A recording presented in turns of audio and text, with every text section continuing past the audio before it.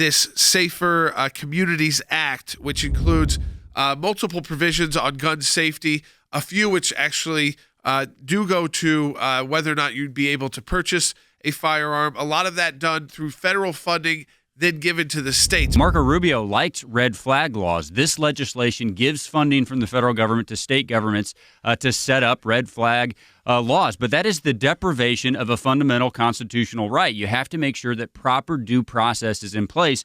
This legislation, Jay, does have a 4-part test that says states have to comply with. It provides states with funding to implement crisis intervention programs.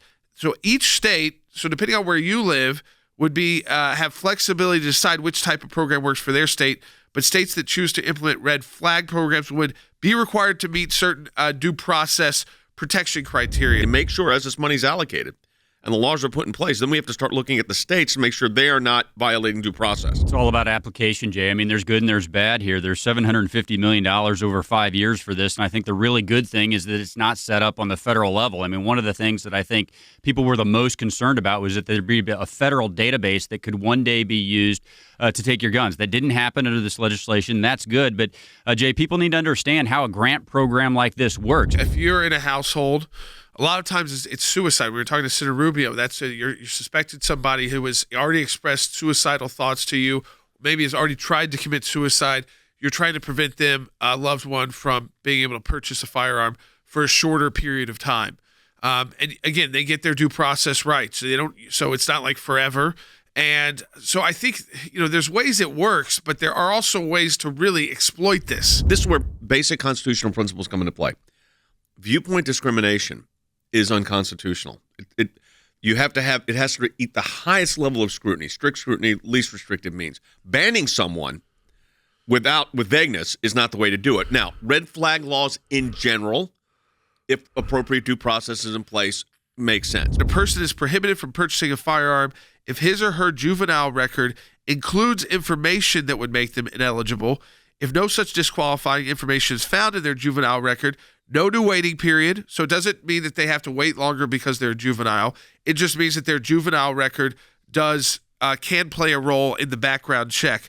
This would be a provision that expires in 2032 unless it's renewed by law. Now, this one brings into question this for me. It's their juvenile record that includes information that would make them ineligible, not necessarily that they were convicted of a crime. If there is activity, remember, you got to look at the enhanced review process, but you also have to look at the red flag law. So if the parent of a juvenile, say, or who's about to turn 18, thinks that the child is a danger, they could still utilize the red flag law process to prevent the gun access with due process. Prohibits recently people convicted of domestic violence against a spouse or a person similar to a spouse or a person to whom they have a child from purchasing a firearm. That's already the law. This section extends the prohibition to persons convicted of domestic violence against someone with whom they have or recently had a serious romantic relationship. So you don't have to have a child together. You don't have to be married. You don't have to be in a current relationship. That one, to me, is more of an extension of a current law. They were calling this a boyfriend loophole.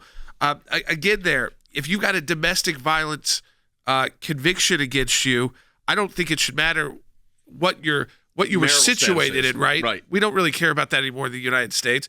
If you're convicted of a crime like that, you should probably be on a list like that until you have that crime expunged. There's going to be real dollars available for school safety resource officers. We have said that the hardening of the target, which is the school building itself, is still the priority one. And that is in here, and I don't think there's much disagreement on that. I think a lot of these issues are going to be at the state level because it's written so broadly.